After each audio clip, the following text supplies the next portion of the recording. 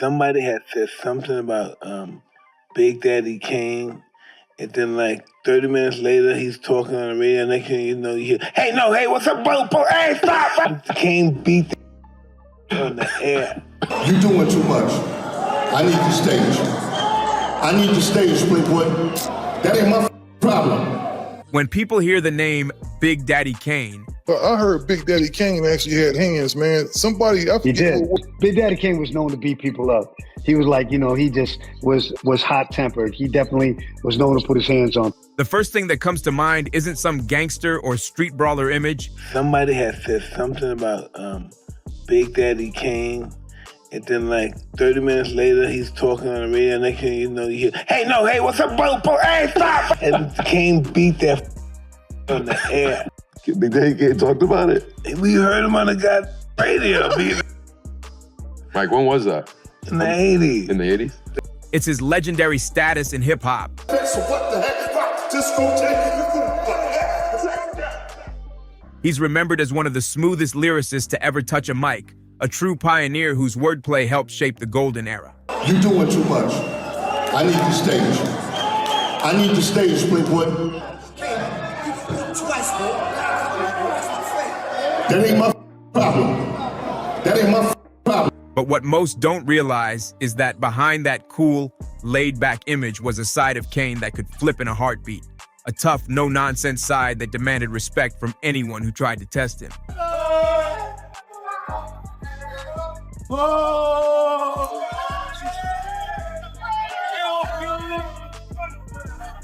See?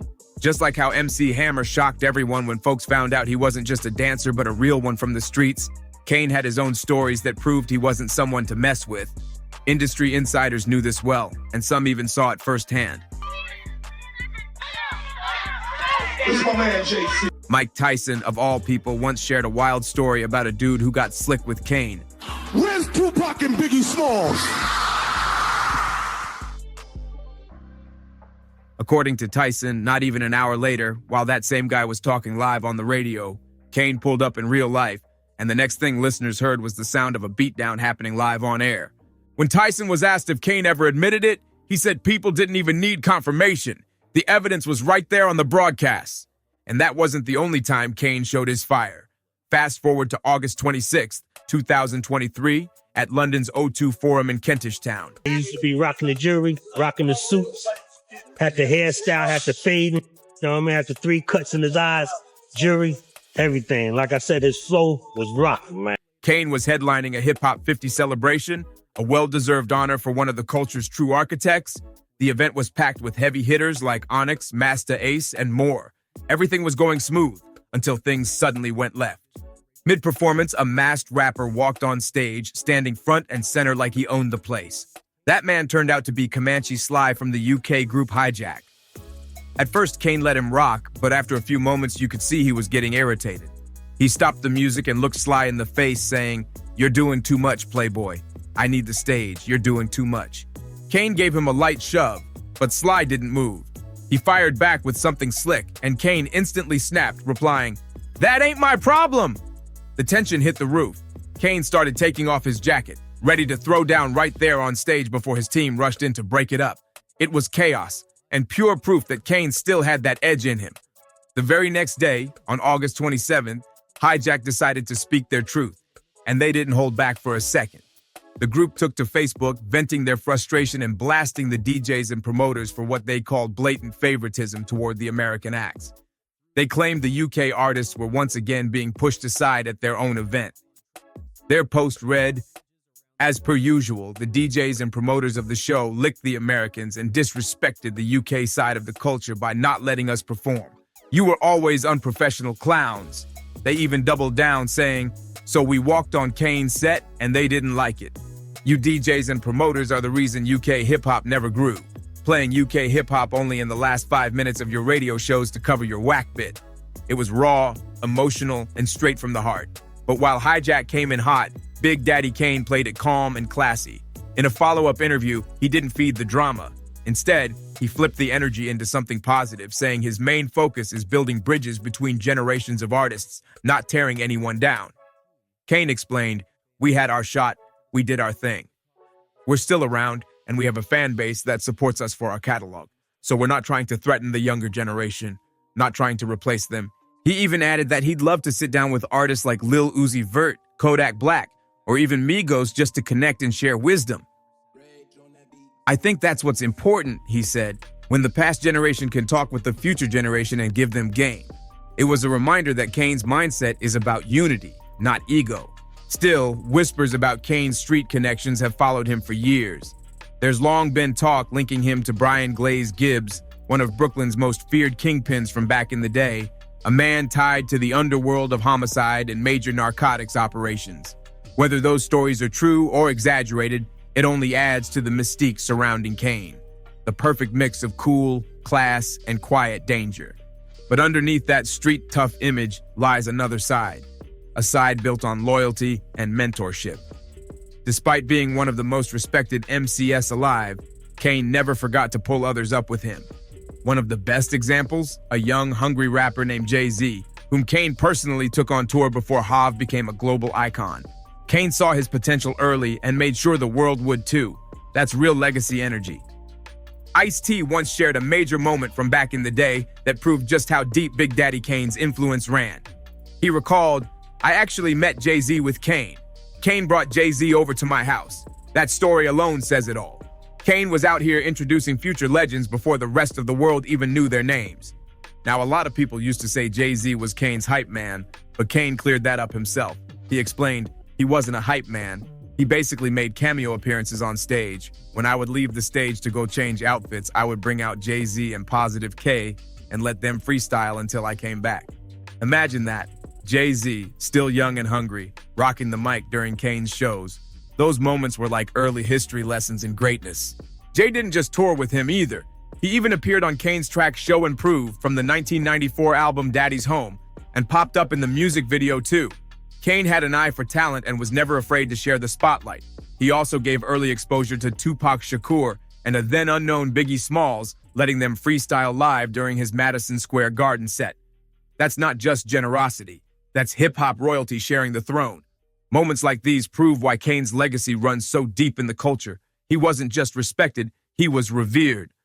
But before he became the icon everyone admired, Kane had to grind just like everyone else trying to make it out of the boroughs. Born September 10th, 1968 in Brooklyn, New York, he started from humble beginnings. It was in high school where he linked up with Mr. C, who would later become his DJ and right-hand man in the come-up. By 1984, Kane connected with the one and only Biz Markie, and the two hit it off instantly. They became close friends and collaborators, with Kane even ghostwriting some of Biz's most well-known rhymes. Both eventually joined the Juice Crew, a powerhouse hip-hop collective out of Queens, led by the legendary Marley Marl. That crew shaped an entire generation of rap history. Then, in 1987, Kane signed to Cold Chillin' Records, run by Tyrone Williams, Marley Marl's manager, and Len Fichtelberg. That same year, he dropped his debut single, and it blew up underground. His name, Big Daddy Kane, came from a mix of inspirations. Kane, the wandering martial artist played by David Carradine in Kung Fu, and Big Daddy, the smooth-talking character played by Vincent Price in Beach Party. What made Kane stand out was his rapid-fire delivery. He could spit complex rhymes over fast-paced beats even while battling asthma. His flow, his confidence, and his fashion sense set trends across the late 80s and early 90s. High-top fades, silk suits, and those iconic four-finger rings. Even his name had meaning. King Asiatic, nobody's equal. Now that's a title that fits him perfectly. When Big Daddy Kane dropped his debut album Long Live the Kane in the summer of 1988, it wasn't just another rap release, it was a game changer. The project came packed with bangers that showed off his lyrical sharpness, smooth delivery, and unmatched swagger. Kane had officially arrived and hip-hop took notice. Then, just a year later, he came back swinging with what would become his biggest record yet. It's a Big Daddy thing. The album blended slick 70s-inspired samples with Kane's signature bravado, featuring timeless tracks like Smooth Operator and the Teddy Riley-produced hit I Get the Job Done, which even broke into the R&B Top 40. That album cemented Kane's spot as one of the greatest to ever do it, with cosigns from elite lyricists like Craig G, Master Ace, and Cool G Rap. His flow, confidence, and stage presence made him untouchable. But Kane wasn't just about the flash, he had substance too. In 1990, he added another major milestone when he teamed up with Public Enemy for their groundbreaking album Fear of a Black Planet. He appeared on the explosive track Burn Hollywood Burn alongside Chuck D and Ice Cube, delivering a verse that took aim straight at Hollywood's ugly history of portraying black people through racist, cartoonish stereotypes. Kane went all in, calling out the system and its decades of disrespect. One line hit especially hard. He dropped, "And black women in this profession, as for playing a lawyer, out of the question. For what they play, Aunt Jemima is the perfect term." That lyric sliced through the entertainment industry's fake smiles and fake progress, exposing how deeply rooted those stereotypes were. Decades later, his words aged like prophecy, because in 2020, the company behind the Aunt Jemima brand finally removed the image from its packaging nearly 30 years after Kane called it out. That's proof that Kane wasn't just rapping, he was teaching truth through rhythm, and Kane didn't stop there. The same boldness he brought to his political bars, he brought to his artistry too. In 1991, he crossed over into R&B territory, linking with the legendary Patti LaBelle for her album Burnin'. Together, they created Feels Like Another One, a powerful mix of soul and rap where Kane dropped a razor-sharp verse that perfectly matched Patti's fire. The track was a hit, showing the world that Kane wasn't boxed in by genre or expectation. He could shine anywhere with anyone. That's real versatility. Big Daddy Kane didn't just stop at studio albums, he was everywhere.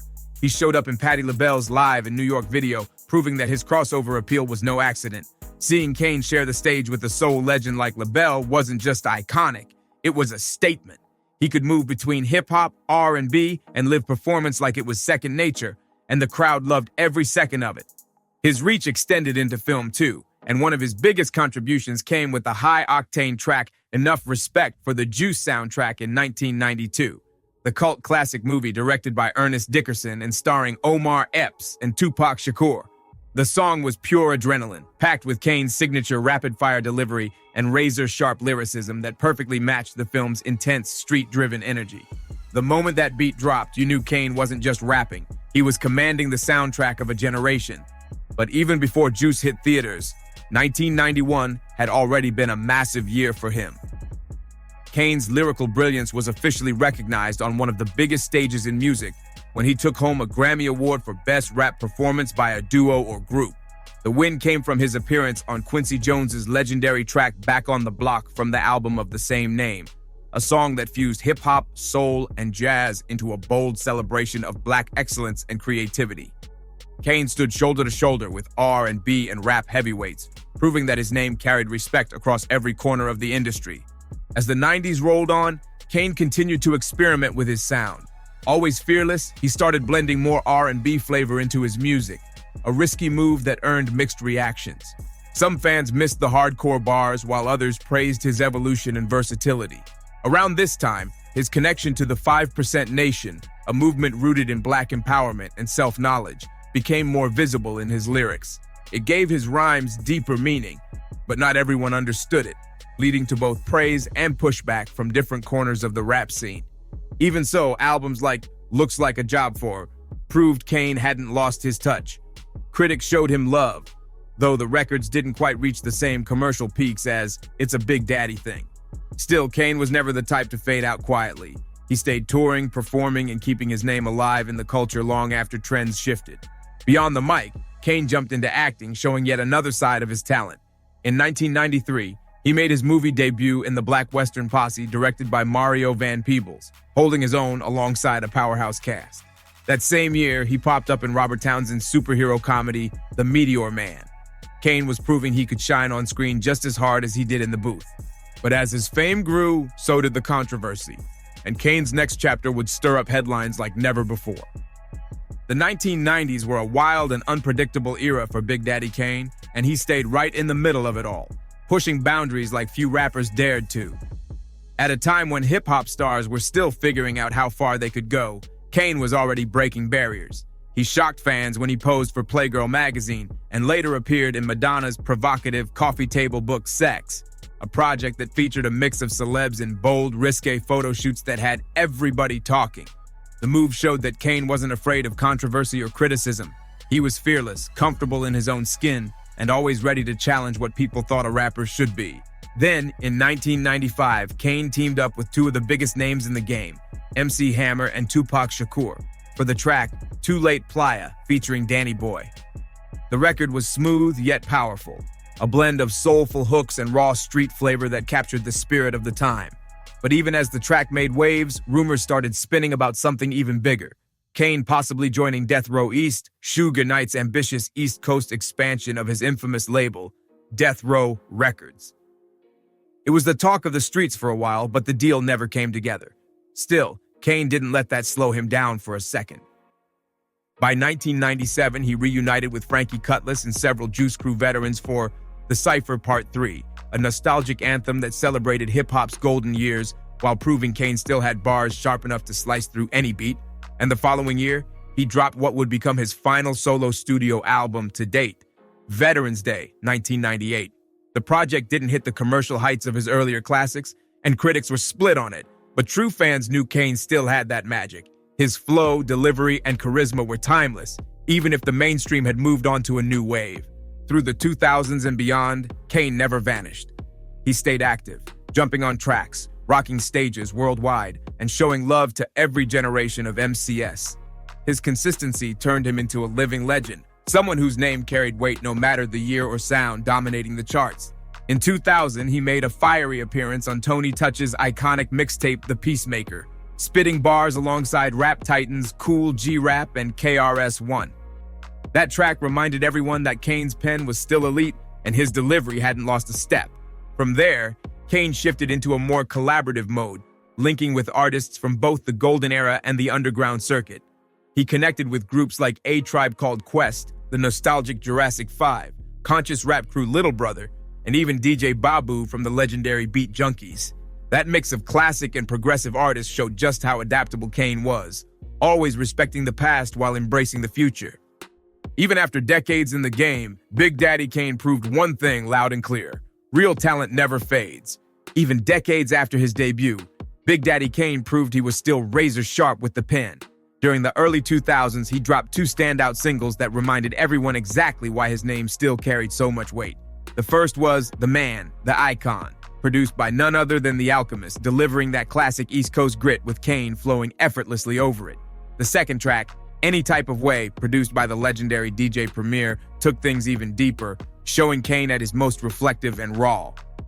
On that record, Kane painted a vivid picture of post-9/11 New York, digging into the social and political tensions that defined the city during those dark years. One line in particular hit heavy: "Giuliani got New York looking like it's Amistad." That bar alone summed up the mood, referencing both the slave ship Amistad and the oppressive energy hanging over the city during the former mayor's reign. It was poetic, powerful, and political. Classic Kane storytelling with bite. Then in 2003, Kane surprised everyone by stepping completely outside of hip-hop, teaming up with the British trip-hop group Morcheeba for their smooth, sultry single, What's Your Name? His laid-back flow blended perfectly with their mellow vibe, proving once again that Kane could adapt to any sound and still make it authentically him. By 2005, his legendary status was officially cemented when VH1 honored him at their annual Hip-Hop Honors Show. The tribute featured some of the biggest names in rap, T.I., Common, and Black Thought, each performing Kane's classic hits as a salute to the man who inspired their own styles. But when Kane himself finally hit the stage to perform Warm It Up Kane with his original dancers Scoop and Scrap Lover, the entire crowd lost it. The energy was electric. Kane still had that same fire, charisma, and stage command that made him untouchable in his prime. In 2006, Kane kept his momentum rolling, hopping on Get Wild Off This, a UK-produced banger by the Stanton Warriors from their Stanton Sessions Volume 2 mix. The track brought together heavy breakbeats and sharp rhymes, proving that even across the Atlantic, Kane's name carried serious respect. That same year, he took part in one of the most unforgettable moments in hip-hop concert history, the 2006 Hot 97 Summer Jam. Kane hit the stage alongside Wu-Tang Clan, Rakim, Q-Tip, and his longtime collaborator Busta Rhymes during Busta's epic tribute to New York hip-hop. The crowd went wild seeing all those legends share the same stage, a moment that reminded everyone why Kane was a pillar of the city's sound. And even as time passed, Kane refused to stand still. In 2013, he switched gears again, forming a live band called Last Supper, also known as The Last Supper, alongside R&B singer Showtime and the New York collective Lifted crew. Mixing live instrumentation with that golden era energy, Kane showed once more that evolution wasn't just part of his career, it was his trademark. The man never stopped reinventing himself.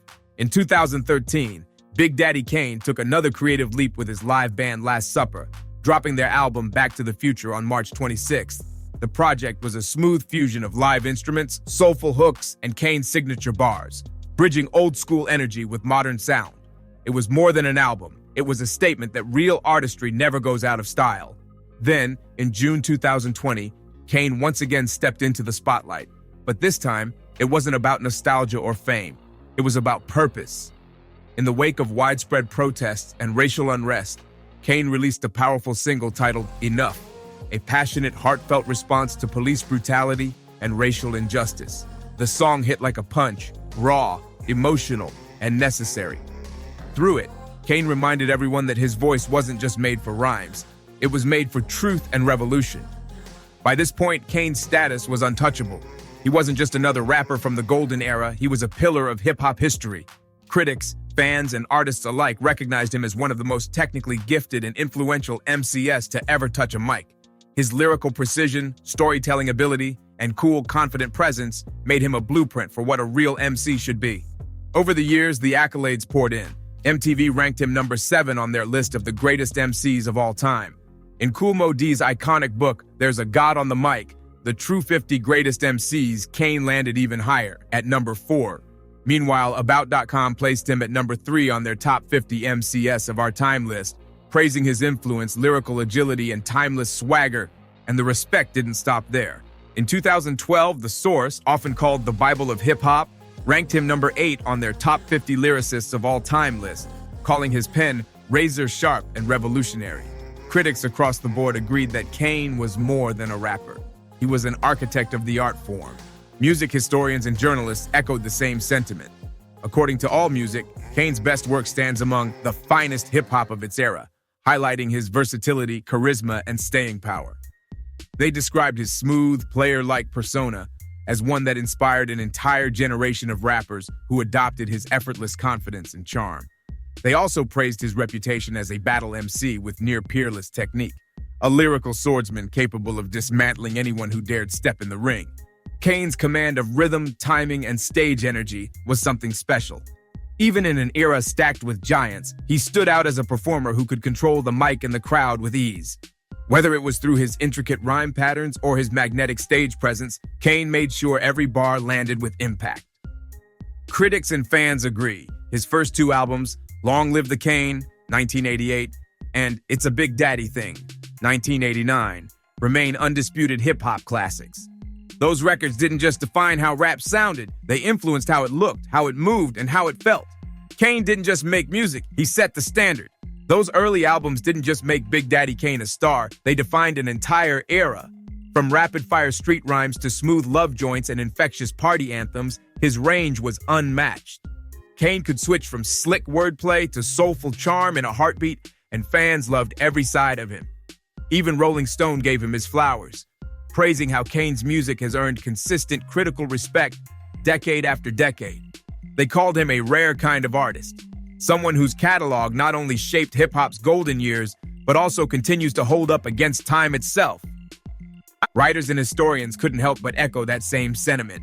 In The Ultimate Guide to Hip-Hop and R&B, authors Cameron and Devin Lazar described Kane as one of the best lyricists of his time, pointing out how younger rappers still name-drop him today. That kind of legacy doesn't fade, it echoes through generations. Music journalist Peter Shapiro took it even further, calling Kane perhaps the most complete MC ever, a title that says it all. He wasn't just talking about rhymes, he was talking about the full package, the charisma, the influence, the stage presence, the innovation. Kane could light up a crowd, verse, and make it look effortless every single time. His fingerprints are all over modern hip-hop, too. Even Eminem, one of the most technically gifted rappers to ever do it, gave Kane his flowers on the track Yellow Brick Road from his Encore album, directly shouting him out as an influence. That line alone proves just how deep Kane's impact runs, from the golden age to the top of the charts in the 2000s and beyond. In every corner of the culture, From hip-hop historians to industry legends to today's hitmakers, Big Daddy Kane is celebrated not just as a pioneer, but as a perennial giant who still commands respect. His music, his style, his confidence, they all left a permanent mark on the game. So tell me what you think. Does Big Daddy Kane still deserve to be called the most complete MC ever? Drop your thoughts below, hit that like, share, and subscribe so you don't miss the next deep dive. See you on the next one.